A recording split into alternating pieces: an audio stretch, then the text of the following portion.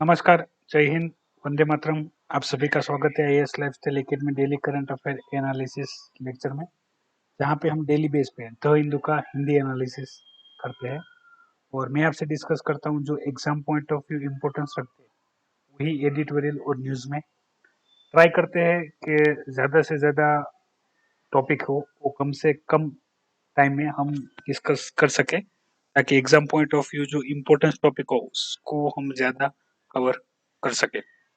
तो जो भी बच्चे नए हैं और वो द हिंदू पीडीएफ फ्री में डाउनलोड करना चाहते हैं, तो आप हमारे Telegram channel IAS lifestyle join कर सकते हैं, जिसके टॉप पे एक लिंक पिन की गई है। उस लिंक को फॉलो करके आप द हिंदू पीडीएफ फ्री में डाउनलोड कर सकते हैं। और यदि आप UPSC previous year question paper download करना चाहते हैं, तो आप हमारी वेबसाइट IASLifestyle.com की भी मुलाकात ले सकते हैं और वहाँ पे आपको यूपीएससी सिलेबस और प्रीवियस ईयर क्वेश्चन पेपर मिल जाएंगे, जिसको स्टडी करके आप अपनी प्रैक्टिस अच्छे से कर सकते हैं, प्रिपरेशन कर सकते हैं, जो कि आपको एग्जाम में उपयोगी रहेगी। और डेली बेस पे करंट के जो भी टॉपिक मैं आपसे डिस्कस करता हूँ, तो उसमें जो भी कॉन्क्रीट आर्ग्यूमेंट होती है, ठीक है, जो आप मेंस में लिख सकते हैं, उसी की हम ज़्यादा डिटेल में इंफॉर्मेशन डिस्कस करते हैं। जो कोई टॉपिक है जो रिपीट होता है, ठीक है, उस पे हम ज़्यादा डिस्कशन नहीं करते हैं। और इसलिए मैं कहता हूँ हर एक स्टूडेंट को कि आप डेली बेस पे the Hindu current affair analysis lecture है वो देखना रखिए, ठीक है, ताकि कोई भी टॉपिक हो जो रिपीट हो रहा हो उस पर हम ज़्यादा हमको बात ना करनी पड़े। और जितना ज़रूरी है, ठीक है, कम भी नहीं, ज़्यादा भी नहीं, यानी जितना ज़रूरी है उतनी डिस्कशन मैं आपके साथ करता हूँ, ताकि समझने में आसानी हो और इंफॉर्मेशन है, नई इंफॉर्मेशन हो, जानने को भी मिले। डेली करंट अफेयर लेक्चर शुरू करने से पहले आप अपने अटेंडेंस देना ना भूलें।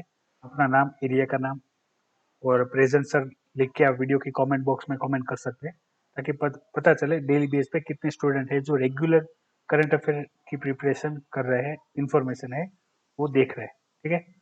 तो डिस्कशन करते हैं। सबसे पहला जो द हिंदू एडिटोरियल में न्यूज़ आई है वो आई है इंडियन चाइना के जो कन्वर्सेशन है उसके ऊपर। तो ये पॉइंट है, हमने डिस्कस करके रखे हुए हैं 5 पॉइंट जो एलएसी पे इंडिया, इंडियन आर्मी और चाइना की जो आर्मी है, ठीक है, वो आमने सामने आ गए थे। तब हमने पॉइंट डिस्कस किए, कर लिए थे सारे पॉइंट, क्या क्या बात थी। तो वही पॉइंट यहाँ पे रिपीट हो रहे हैं, तो एक के बाद एक जितने भी महत्वपूर्ण है वो देख लेते हैं क्या क्या बात हो रही है। सबसे पहले जो बात है वो समझ लीजिए कि भाई चाइना जो है, ठीक है, वो ज्यादातर ऐसे अपने जो बॉर्डर रिलेटेड जो इश्यू होता है, ठीक है, जिसमें कि अपने एलएसी को क्रॉस नहीं करना है या वहां पे किसी भी प्रकार की मिलिट्री एक्टिविटी नहीं करनी है, ठीक है, घुसपैठ नहीं करनी है, तो इन सभी का वायोलेशन चाइना करके दिखता है। और चाइनीज आर्मी की भी बात करें, पीएलए की भी बात करें, ठीक है, तो वो ज्यादा एग्रेशन होती है ऐसे आगे बढ़ने को लेके, बॉर्डर जो एलएसी है, ठीक है, उसको क्रॉस करने में और जो भी इंडियन आर्मी होती है उसके साथ लड़ने में वो अपना एग्रेशन दिखाता ही रहता है। तो यहाँ पे ये दोनों, पहला जो एडिटोरियल है वो और दूसरा, वो दोनों डिपेंड है इंडिया, रशिया और चाइना, जो ट्राइलेटर है, उन तीनों को साथ में दिखाया गया है। हालांकि ये तीनों के टॉपिक है वो हमने डिस्कस करके रखे हुए हैं, फिर भी टॉपिक की रिपीटेशन हो रहा है। तो जो जो नई इन्फॉर्मेशन है उसकी मैं आपसे डिस्कशन करूंगा। जैसे कि ये भी बात मैंने आपसे पहले डिस्कस कर ली थी, जो 5 पॉइंट प्लान है, ठीक है, जैसे कि एलएसी है तो उसको रिस्पेक्ट देना है, उसको क्रॉस नहीं करना है, जो भी मिलिट्रिकल एक्टिविटी है वो कम करनी है एलएसी के नजदीक में। और जो भी आर्मी है, ठीक है, चाइना की हो कि इंडिया की हो, एलएसी से डिस्टेंस मेंटेन करना है। अगर वो फेस ऑफ फेस सामने आ भी जाए, ठीक है, तो हथियार नहीं उठाने हैं, फायरिंग नहीं करनी है, ठीक है। तो ये सारी बातें हमने ऑलरेडी डिस्कस करके रखी हुई है और ये ज़्यादातर थियोरेटिकल इंफॉर्मेशन है जो हम ऑलरेडी डिस्कस कर चुके हैं कि भाई कैसे जो एलएसी पे प्रॉब्लम चल रहा है इंडिया और चाइना के बीच में उसको कम करना है। और एलएसी से जुड़े जो डिस्प्यूटेड एरिया है, जैसे पेंगोंग लेक वाला साउथ एरिया है, ब्लैक टॉप वाला एरिया है। दूसरा, हमने ऑलरेडी जो जॉनसन लाइन है, मैक कार्टने लाइन है, मैकडोनल्ड लाइन है, ठीक है, वहाँ पे क्या क्या इश्यू है वो मैंने आपको मैप बेस्ड सारी इन्फॉर्मेशन बताई है। तो ये वही टॉपिक है जो रिपीट हो रहे हैं। तो जो भी बच्चों ने वो पुराने लेक्चर नहीं देखे वो देख सकते हैं और ये इन्फॉर्मेशन पढ़ सकते हैं। इतना जो भी महत्वपूर्ण टॉपिक है वो मैंने आपको हाईलाइट कर दिया है, ठीक है। जो महत्वपूर्ण आर्गुमेंट है वो जो हम डिस्कस कर चुके हैं।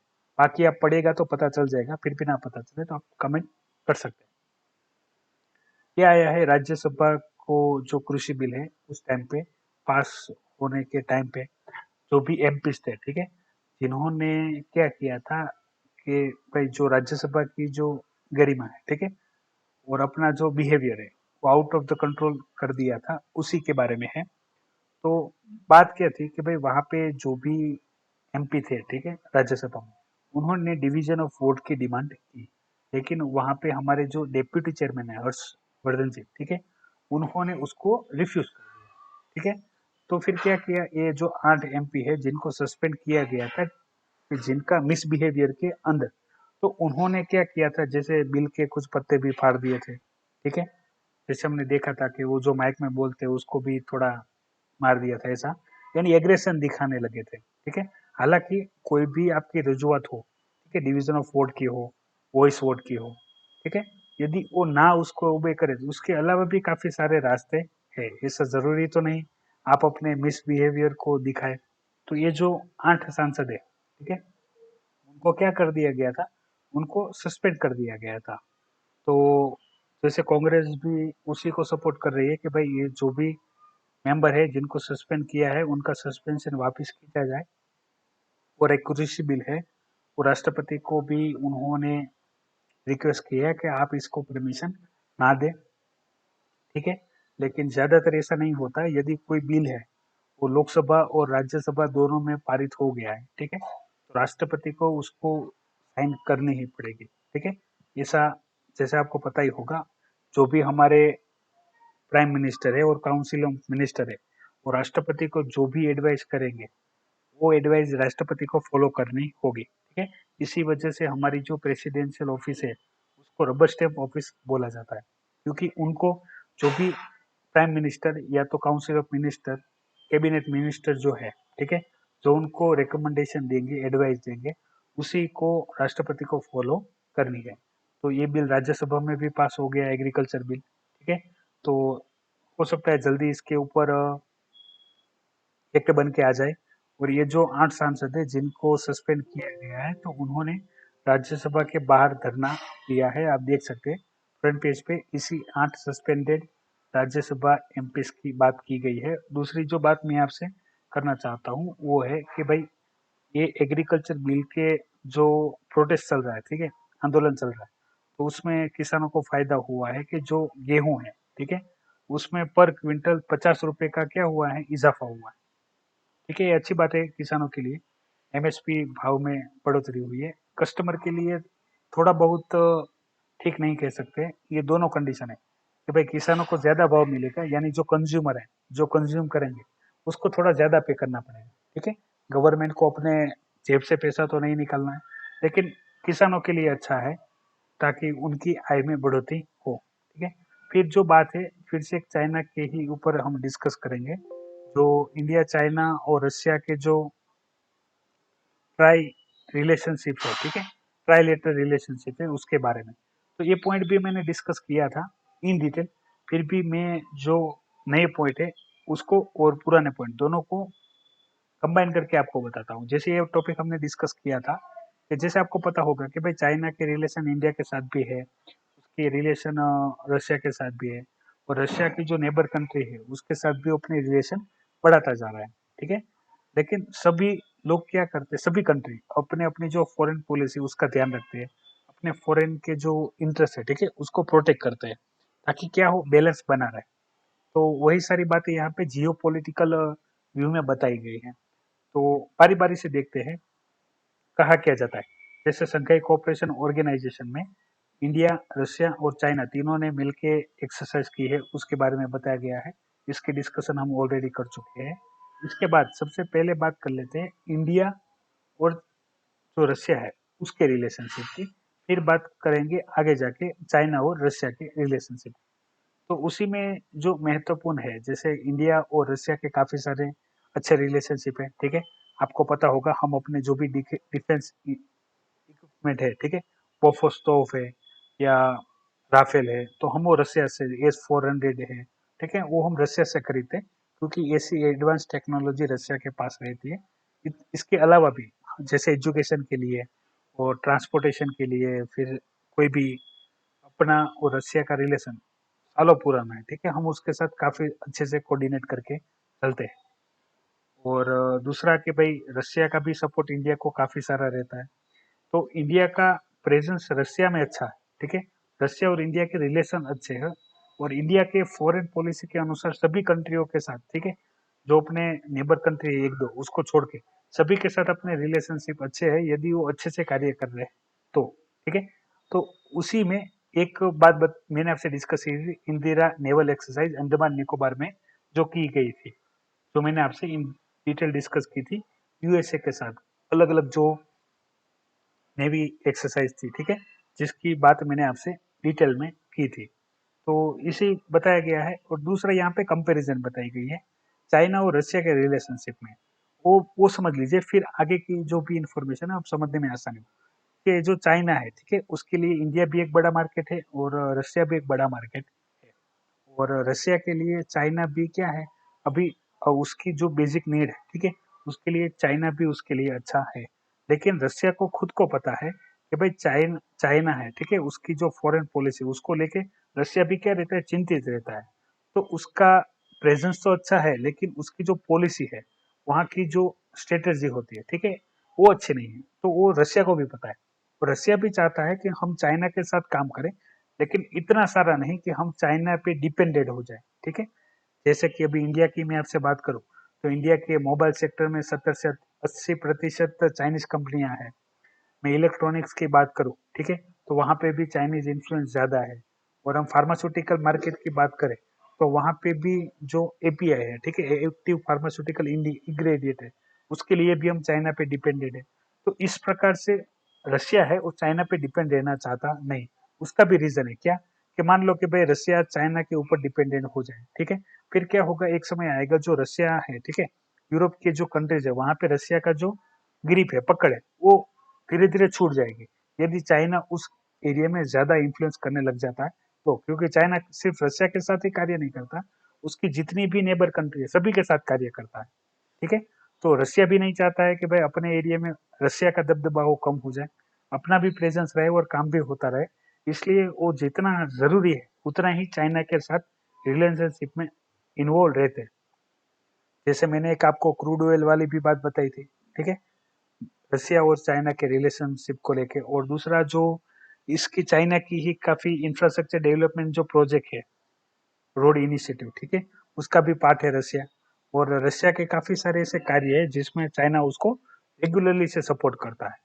हालांकि मैं आपको कंपैरिजन की बात करूं तो 1962 में जब इंडिया और चाइना का वॉर हुआ था, ठीक है, तभी हमने रशिया से भी हेल्प मांगी थी, अपने रिलेशन रशिया के साथ तब भी अच्छे थे, ठीक है। लेकिन रशिया ने क्या कह के मना कर दिया था कि भाई एक मेरा फ्रेंड है तो एक मेरा भाई है, हम किसी एक कंट्री को नहीं चुनेंगे, ठीक है। तब हमको पता चला था कि भाई हमको कितना भी भाईचारा क्यों ना दिखाए, लेकिन जरूरत के समय कौन सा देश अपने साथ खड़ा रहेगा वो कहना मुश्किल है। तो सब लोग क्या करते हैं, सब लोग अपने जो पॉलिटिकल व्यू होते हैं, ठीक है, अपना जो फायदा रहता है उस चीज को प्रोटेक्ट करने में लगे हुए रहते हैं। यहाँ पे कोई किसी का भय होता नहीं है, ठीक है। तो ये सारी डिटेल मैंने आपको ऑलरेडी अच्छे से बताई है, रशिया और चाइना के रिलेशनशिप को लेके, रशिया और इंडिया के रिलेशनशिप लेके, और इंडिया चाइना के रिलेशनशिप तो हम काफी टाइम से डिस्कस कर रहे हैं, ठीक है। तो सारी जो बातें हैं वो मैंने आपको इन डिटेल डिस्कशन करके रखी हुई, ठीक है। इंफॉर्मेटिव है, देख लीजिएगा इंटरनेशनल रिलेशनशिप में ग्लोबल ऑर्डर क्या चल रहा है, ठीक है, क्या रिक्वायरमेंट है फॉरेन पॉलिसी में इंडिया और चाइना के लिए, इंडिया और रशिया के लिए। उस ऑर्डर में कोई भी क्वेश्चन आए जीएस पेपर थ्रू 3 में इकोनॉमी बेस्ड या जीएस पेपर 2 में इंटरनेशनल रिलेशनशिप बेस्ड, ठीक है, तो ये सारे पॉइंट आपके लिए फायदेमंद रहेंगे। फिर मैं आपसे डिस्कस करूंगा ये कोरोना वायरस के लिए एक नया अपडेट आया है, एरोसोल ट्रांसमिशन को लेके क्या है डिटेल में चर्चा करते हैं। सबसे पहले समझ लीजिए ये इंफॉर्मेशन जो ट्रांसमिशन की दी किसने है, तो सीडीएस ने, जो centre for disease control and prevention है, ठीक है, उन्होंने एक रिपोर्ट जारी की है। रिपोर्ट में क्या बताया गया है कि जो कोरोना वायरस है, ठीक है, जो हमने पहले देखा था, वो वाटर ड्रॉपलेट से फैलता है। यानी जब कोई इंसान बोलता है, छींकता है या खांसी आती है, तब मुंह से जो वाटर ड्रॉपलेट निकलता है, ठीक है, उसी के अंदर कोरोना वायरस जीवित रह सकता है। तो हम सोशल डिस्टेंसिंग का पालन करते थे, मास्क पहनते थे, ठीक है। लेकिन यहाँ पे क्या बताया गया है कि वो एरोसोल यानी वो हवा से भी ट्रांसमिट होता है। यानी मान लो कोई एक व्यक्ति है जो इन्फेक्टेड है, ठीक है, वो किसी भी हवा में ब्रीथ करता है, यानी श्वास लेता है या तो छींकता है, खांसता है, तो उसके मुंह से जो भी कोरोना वायरस निकलेंगे, ठीक है, वो उस एयर में, वो जो भी एरिया है वहां पे जीवित रहेंगे कोरोना वायरस। और वहां से कोई इंसान निकला और उसने मास्क नहीं पहना है और वहां से उसने ब्रीथ किया, ठीक है, श्वास लिया या कुछ भी किया, तो उसको इन्फेक्शन होने के चांसेस बढ़ जाते हैं, ठीक है। ये हवा से फैलने वाली बात है जो काफी डरावनी हो सकती है, ठीक है, क्योंकि पहले यही कहा जा रहा था कि कोरोना वायरस है वो हवा से नहीं फैलता है, ठीक है, तो इसको रोका जा सकता है, वाटर ड्रॉपलेट से फैलता है।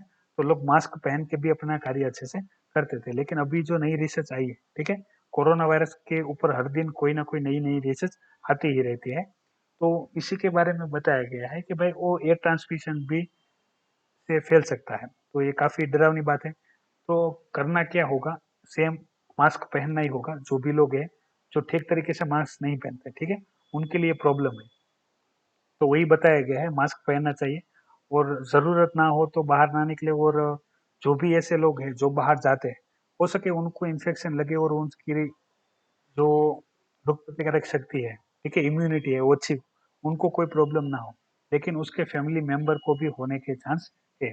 तो अभी भी खतरा टला नहीं है, आपको सारे प्रिकॉशन है उसका पालन करना है ताकि आपको इन्फेक्शन ना लगे, आपके परिवार को कोई भी प्रॉब्लम ना हो।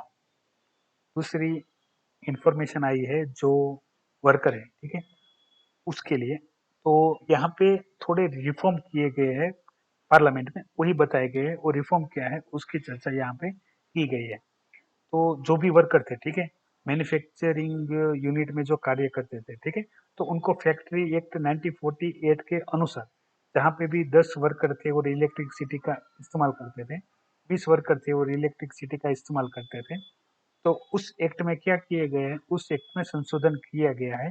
इंडस्ट्रियल डिस्प्यूट एक्ट 1947 में क्या किया गया कि यहाँ पे जो 10 वर्कर थे वहां पे 20 किया गया, और जहाँ पे 20 वर्कर है वहां पे 40 कर दिया गया, ठीक है। तो इसी कंडीशन को क्या गिने जाएंगे, इंडस्ट्रियल एरिया गिने जाएंगे। तो वहां पे उनको जो भी बेनिफिट देना होगा, ठीक है, जो भी उनको लाभ दिए जा सकते हैं वो प्रोवाइड करवाए जाएंगे। तो इसके बारे में मैं आपको डिटेल इन्फॉर्मेशन प्रोवाइड करूंगा। ये हालांकि काफी सिंपली इंफॉर्मेशन है जो आप अच्छे से कोट नहीं कर सकते, लेकिन हाँ, कोई भी कंपनी एक्ट में, ठीक है, फैक्ट्री एक्ट है, कौन सा फॉलो कर रहे हैं 1948 में, तो उसमें क्या चेंजेस हुए हैं उस प्रकार से यदि आपको प्रीलिमिनरी में क्वेश्चन पूछ लिया जाए तो आप लिख सकते हैं, ठीक है। और इसके बारे में मैं जैसे माइग्रेंट वर्कर के क्या क्या राइट है, ठीक है, जो लेबर यूनियन है उनके क्या क्या राइट्स है, तो उसके बारे में मैं आपको डिटेल में इंफॉर्मेशन प्रोवाइड करूंगा ताकि इस बेस पे कोई भी क्वेश्चन आए तो आप अच्छे से उसको लिख सके। फिर यहाँ पे फिर से बात आई है इसराइल, यूएई और बहरीन के जो रिलेशनशिप है, ठीक है, उसके बारे में जो अब्राहम एकॉर्ड्स है उसके बारे में इंफॉर्मेशन आई है। तो डिस्कस कर लेते हैं क्या इन्फॉर्मेशन है। हालांकि हमने डिटेल में डिस्कस किया हुआ ही है पूरा टॉपिक, क्योंकि पहले न्यूज में आया था इसराइल और यूएई, तब भी हमने डिस्कस किया था।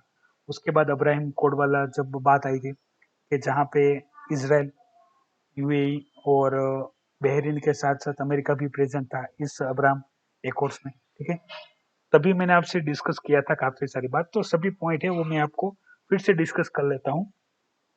सबसे पहले इसकी न्यूज में हमने शुरुआत की थी इसराइल और यूएई के रिलेशनशिप के, ठीक है, जहाँ पे यूएई ने बताया था कि भाई आप जो पैलेस्टाइन एरिया है, ठीक है, जैसे कि वेस्ट बैंक हो गया, गाजा स्ट्रिप हो गया, तो उस एरिया को आप एनॉक्स नहीं करोगे इसराइल, और हम आपको एज अ कंट्री रिकग्निशन देंगे। दूसरा जो मिडिल ईस्ट में चलता है वो यूएई ने क्या सोचा कि भाई अपनी जो डिपेंडेंसी है, ठीक है, वो पूरी डिपेंडेंसी है क्रूड ऑयल पे, और पूरा जो विश्व है वो शिफ्ट हो रहा है नए एनर्जी सोर्स में, ठीक है। तो फ्यूचर में क्रूड ऑयल की इतनी डिमांड हो ऐसा हो नहीं सकता है। यदि हमें ग्लोबली डाइवर्सिफाइड होना है, ठीक है, अलग अलग इंडस्ट्री में जाना है, वेस्टर्न कंट्री के साथ जुड़ना है, तो उसके लिए इसराइल बेस्ट ऑप्शन है। और इसका रीजन भी क्या है तो वो भी यहाँ पे बताया गया है कि भाई इसराइल जो है, ठीक है, वो डिफेंस, सिक्योरिटी, सर्विलेंस, ठीक है, फार्मिंग, सोलर पावर, इसके सिवाय जो जेम्स एंड ज्वेलरी है, फार्मास्यूटिकल्स है, टूरिज्म है, रियल एस्टेट है, सभी में अच्छा परफॉर्म कर रहा है। तो इसके साथ यदि ये जुड़ जाते हम, ठीक है, तो हम भी ग्लोबली क्या हो जाएंगे, वेस्टर्न कंट्री के साथ अपना भी डाइवर्सिफाइड काम शुरू हो जाएगा।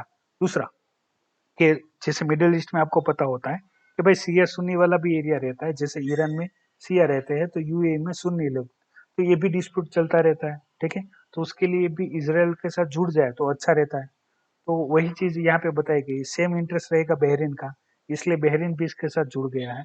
और तभी मैंने आपको एक डिस्कशन किया था कि भाई जो जीसीसी कंट्री है, ठीक है, गल्फ कॉरपोरेशन काउंसिलिंग कंट्री है, वो भी धीरे धीरे इसराइल के साथ जुड़ जाएगी। तो बदले में इसराइल क्या डिमांड करता है कि भाई आप हमको एज अ कंट्री रिकग्निशन दे दो, ठीक है, तो हमारे लिए इतना भी बहुत है, और बाकी तो हम आपके साथ कोऑपरेशन करके आप भी डेवलप हो सकते हैं और हम भी डेवलप हो सकते हैं। टर्म क्या है, पॉलिटिको इकोनॉमिक डेवलपमेंट, ठीक है, ताकि सबका डेवलपमेंट हो, विन विन कंडीशन की बात यहाँ पे की गई है कि भाई इसराइल को एज अ कंट्री रिकग्निशन मिल जाएगा। दूसरा कि भाई उस एरिया में शांति बनी रहेगी। अगर पैलेस्टीन वालों का मुद्दा उठा के बात की जाए तो मैंने आपको ये भी बताया था कि भाई सभी लोग इसराइल के साथ जुड़ने लगेंगे तो पैलेस्टीन लोगों का जो मूल इंटरेस्ट वाली बात है, सेफ्टी वाली बात है, उस पर कोई ध्यान नहीं देगा, ठीक है। तो ये भी मैंने आपके साथ डिस्कशन किया था। और यहाँ पे देखा जा रहा है इसराइल और जीसीसी मिल जाए तो सिनर्जिक इफेक्ट आएगी, जो सबसे अच्छी बात है, ठीक है। यानी एक इंसान काम करे उससे अच्छा है कि भाई जो दो इंसान काम करे वो हमेशा एक इंसान से ज्यादा ही रहता है। तो उस चीज को यहाँ पे हाईलाइट किया गया है। और दूसरी बात बताई गई है इसराइल और इजिप्ट के बीच में जो एक पूरा इंसिडेंट था, ठीक है, उसके बारे में कि भाई एक इसराइल इजिप्ट के कुछ एरिया थे जो इसराइल ने ले लिए थे, फिर इसराइल ने उसको दे दिया था और बदले में इजिप्ट से डिमांड की थी आप हमको एज अ कंट्री रिकग्निशन देना। तो उसी की बात हो रही है। फिर पिक्चर में भी same farm bill pay he criticise किया गया है, ठीक है। तो ये भी आप सभी को बताया, हमने कल ऑलरेडी डिटेल में डिस्कस किया हुआ है। इसके अलावा यूनाइटेड नेशन में जो रिफॉर्म है उसकी बात आई है तो वो भी समझ लेते हैं, जो मैंने आपसे डिस्कस किया था डिटेल में। उससे पहले फिर से जो इंसॉल्वेंसी एंड बैंकरप्सी कोड है, ठीक है, पार्लियामेंट ने वो पास कर दिया है। तो सिंपली आप इतना याद रखें, जो बच्चों को नहीं पता है उन बच्चों के लिए, जिनको पता है उनका कोई टेंशन नहीं है, कि जो भी कोई बैंक है, ठीक है, वो एज एक पर्सन को पर्सनल लोन या इंडस्ट्री को, कॉर्पोरेट इंडस्ट्री को कोई भी लोन देती है, यदि जिसको लोन दिया गया है बैंक के द्वारा और वो लोन पे नहीं कर पाते तो उनके खिलाफ जो एक्शन लिए जाते हैं वो लिए जाते हैं insolvency and bankruptcy code bill के अनुसार, ठीक है। तो उसमें थोड़े प्रावधान चेंजेस किए गए हैं, क्या क्या चेंजेस किए गए वो मैंने आपको सारे बताए हुए हैं, ठीक है। जैसे भी मान लो कोई भी एमपी है तो उसको एक साइड, कोई भी बैंक है तो उन दो बैंक अगर अच्छा परफॉर्म नहीं करे तो उसको मर्ज कर दो। एनपीए वाले इतने जितने भी ऐसे केसेस है उसको एक ही अलग से बैंक बनाओ, उसको दे दो। तो ये सारे प्रावधान मैंने आपको ऑलरेडी डिस्कस किए हुए हैं बैंक्रप्सी कोड के अंदर। तो आपने वो लेक्चर भी नहीं देखा है तो आप देख सकते हैं जिसमें मैंने डिटेल में बात की है। फिर दूसरा है जो यूनाइटेड नेशन की है उसके कार्य को लेके, तो यूनाइटेड नेशन खुद मानता है कि अभी जो ग्लोबल चेंजेस है, ठीक है, उसको जो यूनाइटेड नेशन है और अच्छे से टैकल नहीं कर पाएगा, ठीक है, जो भी अभी करंट में जो भी प्रॉब्लम चल रहा है वो। दूसरा कि भाई जैसे आपको पता ही हो कि भाई यूनाइटेड जो नेशन है यूएन है, ठीक है, वहां पे रहेंगे जैसे 5 परमानेंट मेंबर है और 10 है नॉन परमानेंट मेंबर। तो इंडिया नॉन परमानेंट मेंबर का पार्ट है, ठीक है। 5 जो परमानेंट मेंबर है उन सभी के पास क्या रहता है, वीटो पावर रहता है। तो ये मैंने डिस्कशन बताई थी। और वहां पे G4 कंट्री की भी मैंने आपसे डिस्कशन किया था, जिसमें इंडिया भी यूएन यूएन के 5 जो परमानेंट मेंबर है, ठीक है, उसमें शामिल होना चाहता है। रीजन क्या है कि भाई भारत की पॉपुलेशन 135 करोड़ है, ठीक है, 1.3 बिलियन पॉपुलेशन का रिप्रेजेंट करता है। और भारत अपने जो भी कोई नेबर कंट्री है उसके लिए भी अच्छे से ध्यान रखता है और ग्लोबली भी भारत की इमेज सही है, ठीक है, इसलिए भी वो परमानेंट मेंबर बनना चाहता है। और इसके जस्टिफिकेशन को लेके भी कोई क्वेश्चन आ जाए तो आपको एक काम आएगा। दूसरा कि भाई जो 3 मेंबर है 5 परमानेंट मेंबर में से, तो वो भी चाहते हैं कि भाई इंडिया है वो यूएन के जो 5 परमानेंट मेंबर है उसका सदस्य बन जाए, ठीक है। लेकिन चाइना है वो वीटो पावर का इस्तेमाल करके बनने नहीं देते। दूसरा, यहाँ पे क्या किया जाए कि भाई आपको मेंबर बढ़ाना ही है तो जो नॉन परमानेंट मेंबर है उसको बढ़ा दो, ठीक है। तो वो भी लोग नहीं चाहते कि भाई नॉन परमानेंट मेंबर में तो वो सारे कंट्री है ही जो कि 5 परमानेंट मेंबर में होना चाहते हैं। दूसरा कि भाई आप परमानेंट मेंबर भी बढ़ा दो लेकिन उनके पास वीटो पावर नहीं रहेगा, यानी उनको सीट तो देनी है लेकिन बिना पावर के। तो इसका भी विरोध हुआ कि भाई आपको बढ़ाना ही है तो पावर के साथ, वीटो पावर के साथ बढ़ाना है, ठीक है।